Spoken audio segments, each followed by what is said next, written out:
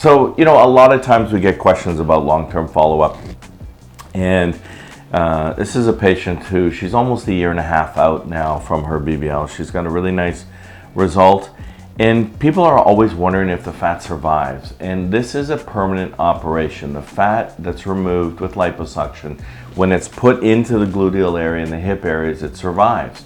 And it's your own fat. So it's no different than if you have a skin graft in one area, from one area to another. That skin graft is your skin. It grows in its new spot.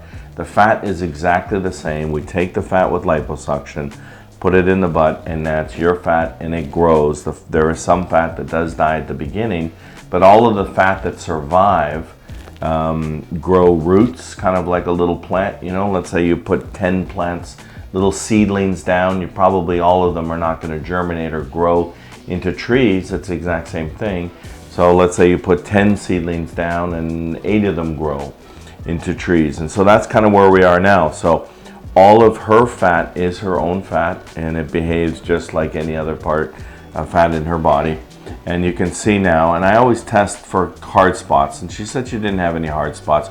You can sometimes, if you feel deep, sometimes you can feel a little bit of a fat necrosis. But I don't feel anything with her. She's very, very soft. This is all just natural fat, just moves exactly the same way as any other fat.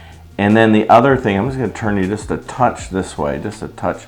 So, we always talk about fat in the hips. Hips is a really important part of the OG because that's the convex part of the OG. I'm going to turn you this way. But the fat survival in the hips can be more difficult. It just depends if you have some soil there to put the fat, to put the little seed to germinate. And she had some, and so she still has a nice shape here, but all of this fat is surviving. This is all soft, and this is normal. So to me, this is just a nice, pretty normal, natural result that fits her body. The funny thing is today we're going to be doing a breast reduction, and she said she had never thought about a breast reduction, but now that her tummy is smaller, she wants to have a breast reduction. So that's what we're going to do today. I thought it was a good opportunity just to follow up over a year and a half to be able to see what it's like when the fat is with you.